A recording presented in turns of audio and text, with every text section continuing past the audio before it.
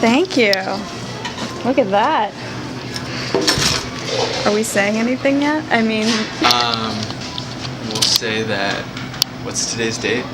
12. Well, on March 12th, we got a soft commitment for our first DaaS client. Okay.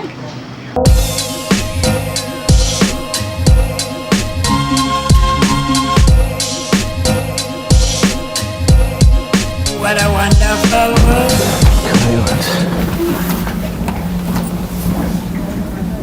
The lights are off. Welcome to the humble abode. Yeah. How long have you guys been here? We've been here since... Good to guys meet you in person. Yeah. Since November 2015 or 14. Can't remember. Cool. Did we connect from the LinkedIn post that I did? You connected with me on LinkedIn, and then I just hit you up the meetup. I think is exactly how it works. So. Beautiful. Yeah. So maybe I can give you our little spiel real quick. I don't know how much background you did. So I was playing semi-professional ultimate frisbee for the Thunderbirds, Pittsburgh Thunderbirds, 3 years ago. That's cool. And Hannah, at the age of 17, cold called her way into being the photographer for the team, which I thought was really impressive right off the bat. What I pitched Hannah on was the idea of the vlogging is becoming more and more professional. It's no longer like the crappy camera, the teenagers, pranks, whatever. It's like starting to move in that direction, and a lot of people are going to want that. And so from my limited understanding of entrepreneurship and business, like coming to the market with a very specific service and not trying to be the we're the full service, do everything when you don't have that capability yet, doesn't make a lot of sense. And I saw that you kind of do the same thing. Like, we're doing emotive videos. We're not like your SEO friends or whatever it may be. And then what we want to get into is doing the D-Rock, Gary V, HP in our case, follow along vlogging for professionals around town. Okay, that's awesome. Yeah. I think that's like a niche market that hasn't really been touched here too, which is super interesting to me. Yeah. And that's kind of a good reason for us to connect, just because of as though we started out niche, the opportunities, and you find this out as you grow in your business and stuff. There's opportunities that pop up that's like, oh, we can maybe service this need here that's a little different than what we typically service. And, and I think it's a good way to test, like, oh, do we expand our capabilities, or do we continue to stay in our niche, or what's the right way to expand when that opportunity finally comes.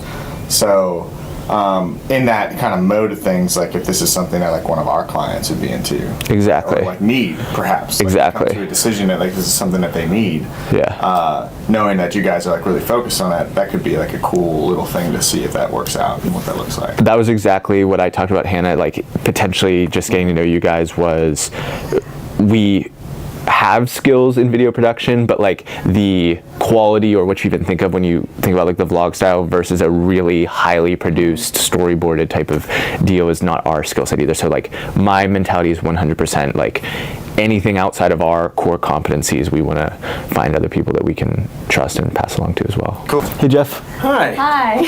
Did I not know about something? I didn't tell you about this. So, Aaron Watson. Nice to meet you. They're running they're like nice to meet you.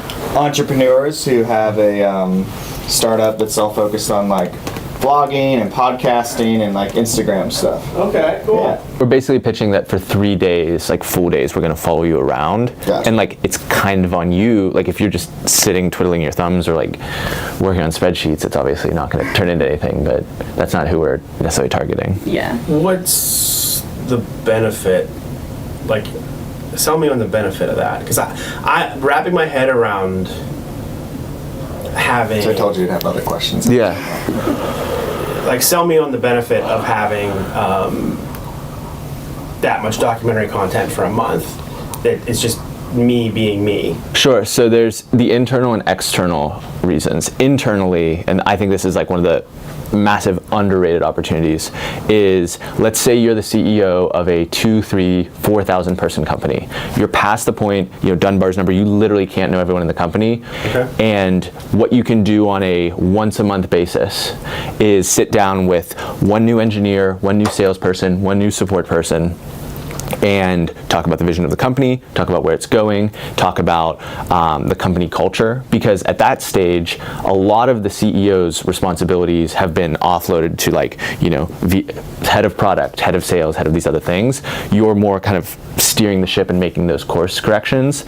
Imagine, you know, that doesn't scale. The CEO doesn't scale to meet each person, even if it's in small groups. But if there's a camera and you're recording the CEO pitching the vision for the company and answering the questions that all the new employees inevitably have, and then putting that around internally, that's a company culture builder right off the bat.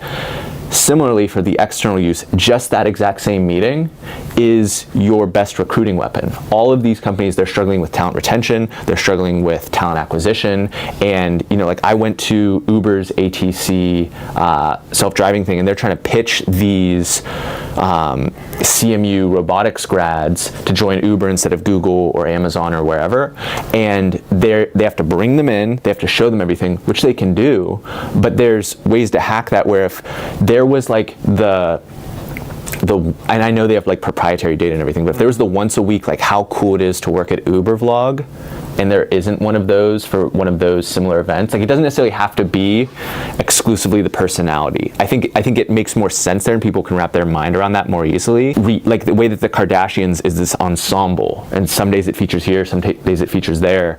There's the ensemble of office or the Uber office or the real estate office, and like all these different real estate characters and this big new deal that they have and how they're thinking about it and how they're strategizing it, and almost being this resource where people within their industry would look up to them for thought leadership, because we're not seeing inside the offices of most Fortune 500 companies. Like, they're just not, that's completely counterintuitive to how they think about things. They're, you know, don't show your cards, keep your secrets, and the internet and this technology is just making everything way more transparent. That's the edge. Good. It's a logical sell.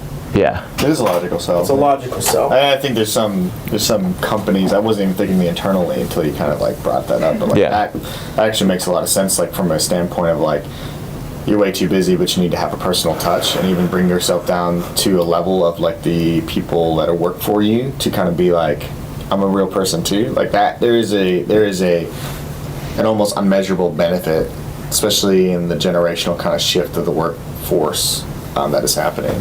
I actually find more value in the internal comms. Yeah. It's the easiest thing to see. I think that's going to be, as you further this product, I think that's going to be where most of your success is. And I think that market is going to become extremely crowded extremely quickly. I think that's my opinion. I think the internal comms are so much more valuable, and I think the internal kind of stuff for CEOs to get their personality and to kind of be, it makes them think about their culture and about caring about all their employees. It's only becoming more and more important. Yeah. I don't know. I think that's what really intrigues me about what you guys are doing.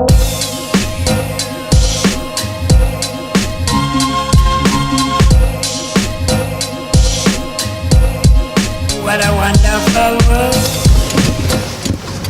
Alright, so you are speaking at Carlow University. Yes.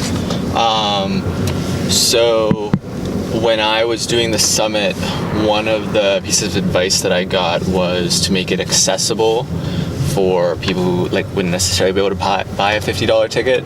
And one of the ways I did that, and also made sure it was like relevant to the people that I was making it accessible for, was a college like Carlow that has a lot of Pell Grant students, college kids in general don't have a lot of money, and offering one of the professors there who teaches about social media marketing and entrepreneurship, offering tickets for her students to attend. She took me up on the offer, really, really enjoyed the programming, and invited me to come speak. Apparently, one of the students actually did a presentation about the summit.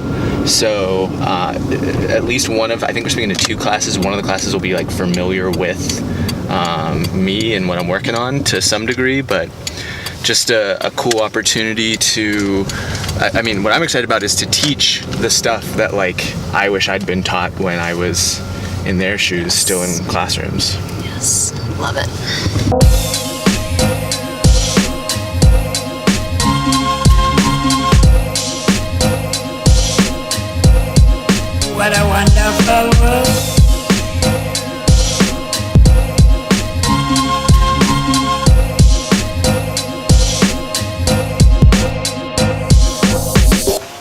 the reason that you don't go rob a bank is because if it goes poorly, you'll go from, let's say we're all at right now, right? If you rob a bank and you get caught, not only does it suck, but it sucks for a long time, right? Because you're gonna go to jail, and that isn't a lot of fun. What we're all wired to do biologically is to avoid those type of events. When we were small, tribal, 150-person communities, what we would do is not rock the boat, because if we got ostracized from our tribe, we were dead. So we're programmed to be much more afraid of the loss or the negative feedback, and that's what was happening with me.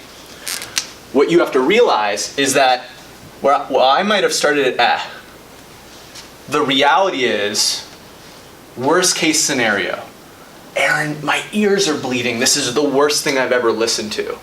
I would probably stop. It wouldn't be as bad as being in jail. And very shortly, it would basically return to just Because the other thing you have to realize is, a lot of people don't care what you're doing. And that's a good thing. That means you have room to experiment. Because if you start, let's say you start a YouTube channel where you are hunting birds around Pittsburgh. People are like, that's really weird. I don't understand the premise, and it's poorly shot. And maybe they hate it. Maybe they literally, like, someone literally writes a letter that says, this was the worst thing I ever watched, and mails it to you. That's about as bad as it gets, right? That also sounds insane, right? In 2 years, 99% of the people that you care about in your world will either forget that it happened or not care. They're not gonna like stop hanging out with you. You could turn into like a crazy bird lady, but I don't think there's a huge risk of that. Most of this stuff will be forgiven or forgotten very, very shortly. So basically what I realized is that the potential downside was super low and had a very short time horizon. However, the upside is really high.